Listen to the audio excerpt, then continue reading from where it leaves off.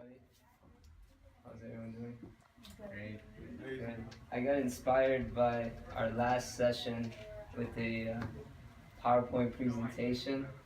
I haven't made a PowerPoint since 10th grade, which was like 14 years ago, so please bear with me. But yeah, I decided to talk a little bit, something about balance. Can you guys all see the TV? Yeah? Okay. Cool.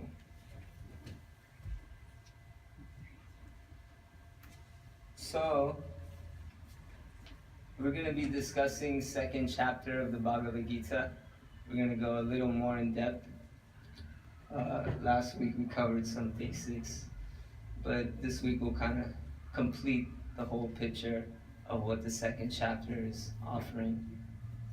I want to start by saying that I actually like to take morning walks. Does anyone else like to walk in the morning time? Okay, so a few of you guys, cool.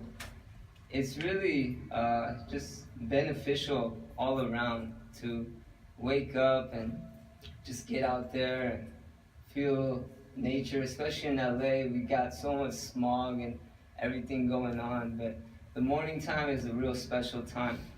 So I walk really early, and there's this place called the Culver City Stairs. It's about maybe 3-4 miles away, and it's really cool. They have this really big mountain, and it's about 500 steps to the top. So I do that every morning for the last 2.5 years. I try to not miss a day, because I feel if I miss a day, my whole day is off. And about maybe 2, 3, 4 days ago, I was climbing up the top, and I got to the top, and I was looking out. And by the time I'm at the top, it's probably 5:40 a.m., something like that, still kind of early. And lately, it's been really dark in the morning, like the sun's coming out a lot later. So I was just looking out, it was still pitch black, but I saw all these cars just zooming at like 5:40 in the morning, and I was just thinking, like, where are these cars going? Like, what do they got to do at 5:40 in the morning? And there's so many of them, and to me they just look like a bunch of ants just racing. And then I was just thinking, like, what makes us different than the ants? Because the ants, they're basically trying to eat, they're trying to sleep, they're looking for like a girlfriend ant or a boyfriend ant, and they want security. That's the basic tendencies of an ant. And it kind of seemed like we kind of do the same thing. We're in this world, eating, sleeping, looking for different spouses and security, meaning house and wealth. We want that protection. So what makes us different than the ants? So I got this quote by Henry David Thoreau. He says, "It's not enough to be busy, so are the ants. The question is, what are we busy about?" So that's a really important question, I feel. And I kind of compare it to like an airplane. When you're on an airplane, you can do a lot of things on the airplane. You can eat potato chips, you can watch a movie, you can listen to music. You can even, if you're qualified, move up to first class or downgrade back to economy class. But all these things are just on the side. The main question is, where am I actually going? Like, where is this plane landing? I think I hear a plane right now. Special sound effects. Yeah, where is it? Like, that's the main question I want to know. Where am I actually gonna land? So same thing in this world. We got so many distractions. We can eat potato chips. We can watch movies. We can listen to music. We can even talk amongst the passengers or talk amongst us. We can try to move to first class or try to get up a position in job or status or whatever it may be. But where is the ultimate destination? So, yeah, does anyone know what movie this is? No? Okay, I don't know, I just found it on Google. Yeah, it kind of illustrates the point. Can anybody tell me what's going on in this picture? He's taking care of the cage instead of the bird. Yeah, that's right. What do you think that means? I think it means that it's comparable to this body. The cage is like this body. If you just take care of the body and not take care of the soul in the cage, then you will lose your soul. You will degrade and live your life. Yeah, that's actually what's going on. So we take care so much of the externals, the body, the cage. We try to polish it, we try to make it look nice. But that bird is dying and it's starving. So we have to nourish the bird. We have to feed the soul. So that's what I'm going to basically speak about, how to feed the soul. And there's different ways to feed the soul. So what is the success formula? The word success has 3 S's.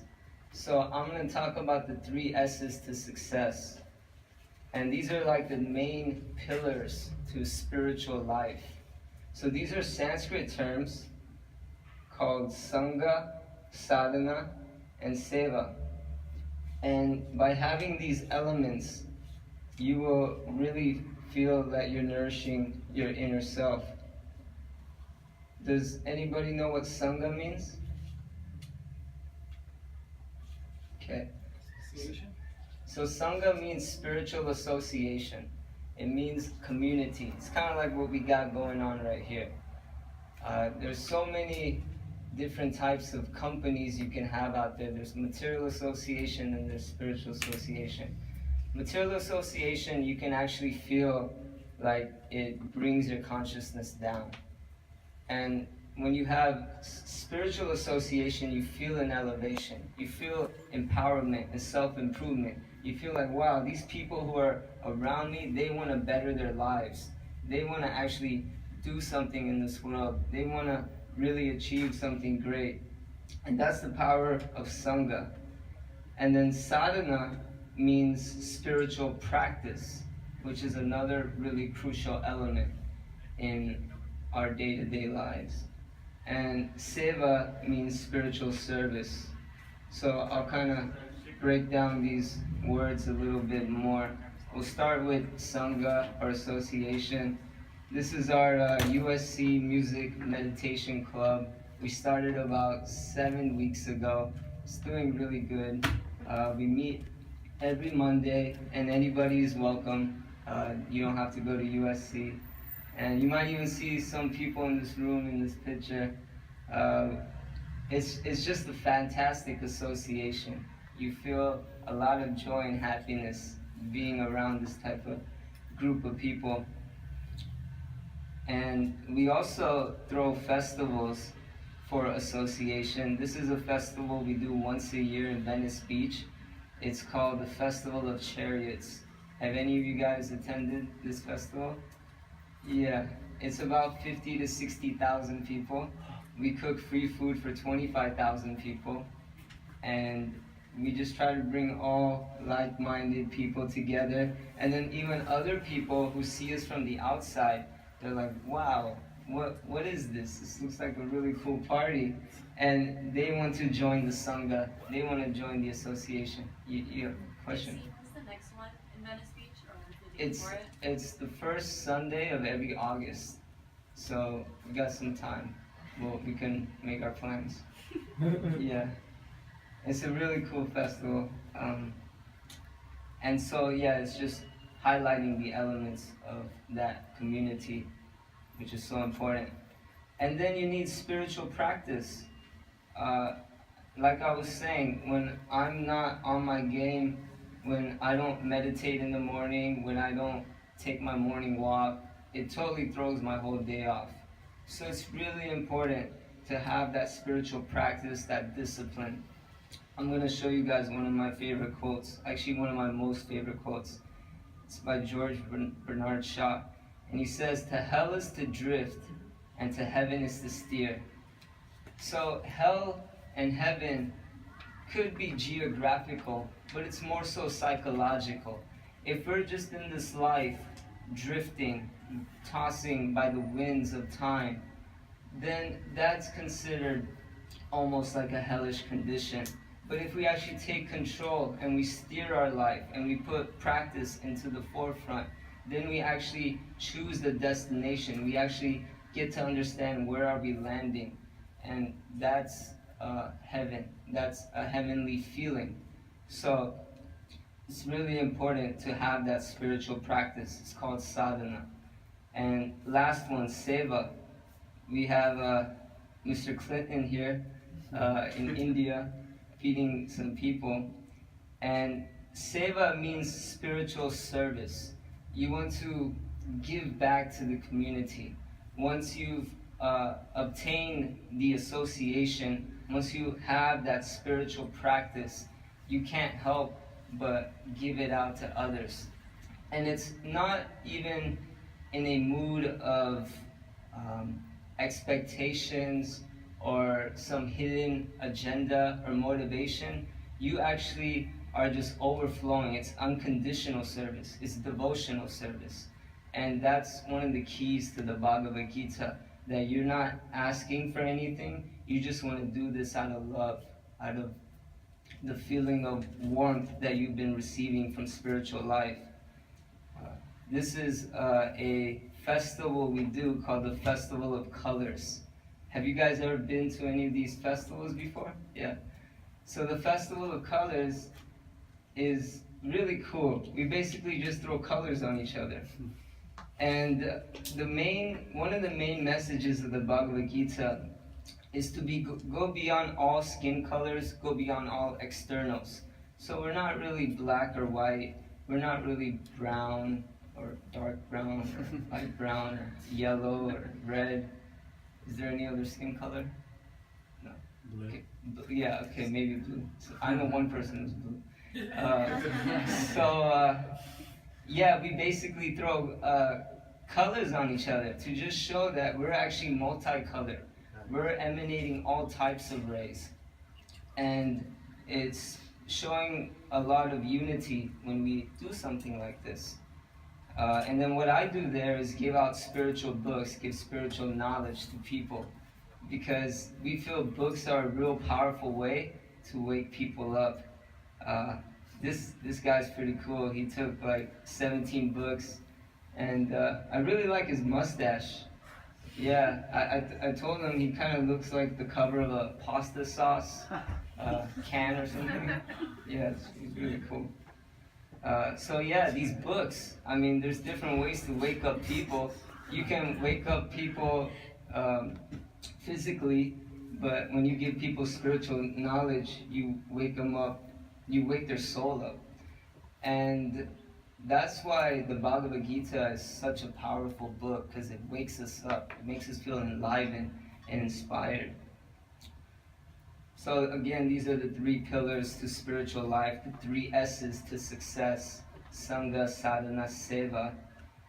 Regarding Sangha, I have a friend, his name is Louis, and we have this program at our temple called Be a Monk program, where if somebody wants to live in this spiritual community for a few days just to test it out, see what the ashram life is like, they can.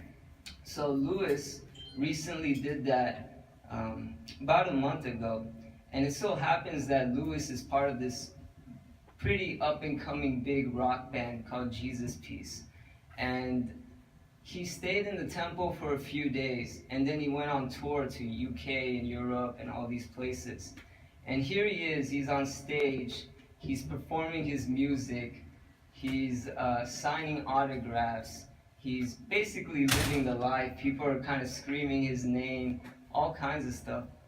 But I received a text from him saying, you know, I wish I could trade spots. I miss the temple so much. I miss the community so much.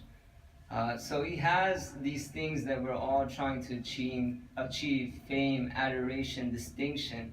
But all he can really think about is that Sangha, that spiritual association, because it's just such a good feeling to have. And that's one of the main purposes we're trying to throw this mantra house. We call it mantra house, but I feel like it's a mantra house party. It's just a really cool group of people, and also the USC club, and we're going to expand more and more. And then sadhana, you can also say sadhana. I say if you don't want to be sad, then do sadhana, which is spiritual practice. And yeah, like I was saying, it's so important. The way we meditate is through chanting, and we set a certain amount of beads that we chant every day. A special number is 108. So it's nice to have that quota, because when you have quotas, that's when you grow exponentially. And yeah, they say you feel like you're happiest when you are growing in life. So spiritual practice actually helps you grow from within, and that's one of the most powerful tools you can have in life. And seva, does anybody remember what seva means? Spiritual service? Yeah, that's right.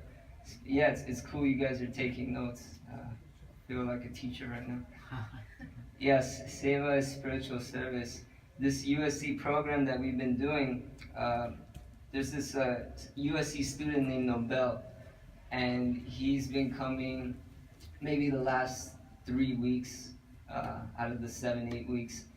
And the last time he came, out of nowhere, he brought 48 bottles of water for everybody that was there.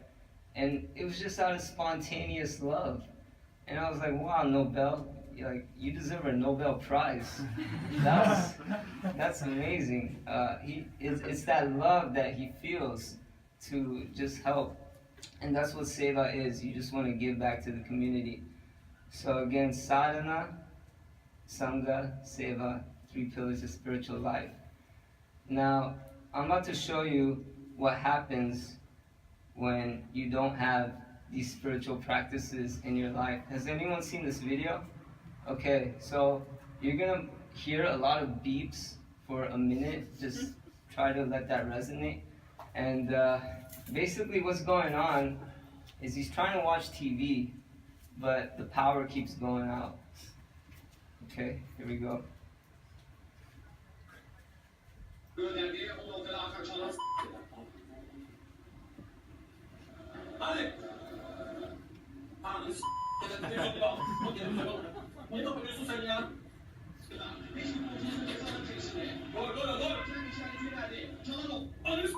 my gosh.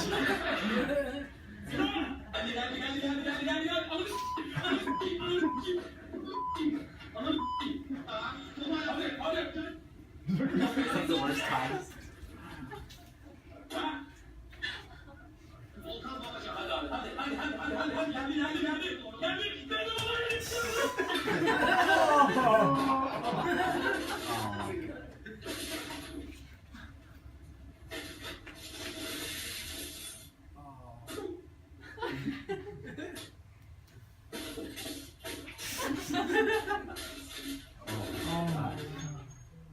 So much more. Yeah. So we don't want to be like that. So that's what happened. So we're actually going to dive into some Gita verses that kind of explain what just happened. This is from the 2nd chapter, towards the end, text 62-63, and it talks about desires. So for the person who meditates on different objects, sense objects, you start to develop an attachment for them. And when you start to develop attachment, you start to have these desires, you start to have expectations. You want things to go a certain way. And when they don't go that way, that's when you get angry. And when you get angry, you get bewildered, you start to lose your memory, You lose your intelligence, and when you lose your intelligence, you're completely destroyed, according to the Bhagavad Gita. So it seems like the root problem is desires. But, so what do we do then? Do we just try to stop desires? Or not have any more desires? No. Yeah, it's not so possible, because even the desire to have no desires is a desire. You guys caught that? Yeah. Yeah. So then what do? The Bhagavad Gita teaches that we have to purify our desires, or have spiritual desires. So this is another verse from the Gita. I'll say the Sanskrit. Vishaya vinivartante niraharasya dehinaha rasovarjam raso apiyasya param drishna nivartate. And the translation is that the embodied soul may be restricted from sense enjoyment, though the taste for sense objects remains. But seizing such engagements by experiencing a higher taste, he is fixed in consciousness. And what this is basically saying is that, okay, fine, let's take away all our sense enjoyment so we don't get this desire. But in our minds, we're still going to be meditating on it. And so what do we do at that point? We try to find that higher taste. We fix ourselves up in higher consciousness. And so this is another verse from the Gita. Yogashta kuru karmani sangam tyakta dhananjaya siriya siriyo samabhutva samatvam yoga uchate. Yoga has a lot of definitions, and this is one according to the second chapter. It says, perform your duty equipoised, O Arjuna. Krishna is talking to Arjuna, and he's teaching him about yoga. And he says, abandon all your attachment to success or failure. Such equanimity is called yoga. So the main key principle of the second chapter is to just do your actions, do your duty to the best of your ability. Try to give your all. And don't worry about the success or failures, what may come and what may not come. Just focus on the endeavor part. Try to do your best at all times. And whatever comes is meant to be. It's what we're supposed to experience at that time. So I showed you guys what it looks like to not practice this yoga path. Now I'm going to show you what it does look like to follow this yoga path. And I gotta say, this is probably my favorite commercial of all time, and I want to share it with you guys. Have you guys seen this before? Anybody? Okay, few. So let's watch.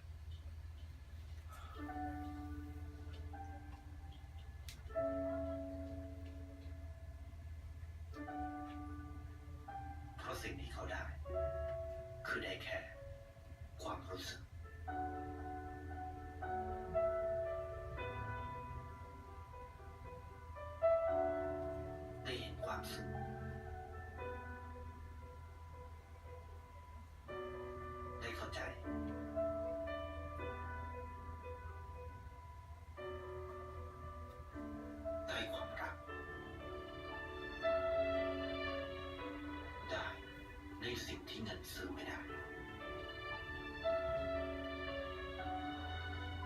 ได้โลกที่สวยงามกว่าเดิม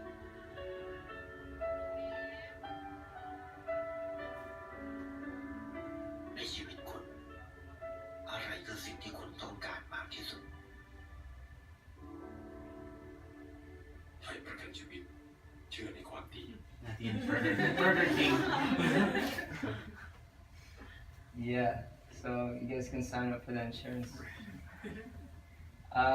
Yeah, that's the message of the Bhagavad Gita, to become more of a person like that type of character, to become more compassionate towards the world, and to just work at your best and to give and not worry about what comes. So that's my presentation on balance, and thank you guys for watching. Hare Krishna.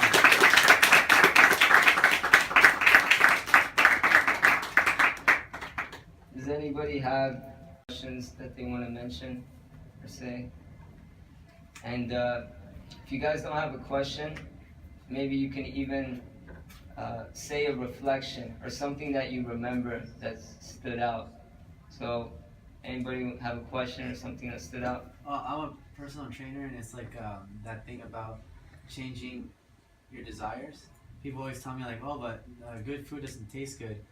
But when you stop eating so much sugar and you start eating good food, that sugar tastes bad to you now, and that good food tastes good. So it's the same thing as that, where people think that, oh, they can't desire these things that are spiritual, but then when they give it a try, they realize that you start having a distaste for the other thing that you thought you loved so much. Yeah, that's right.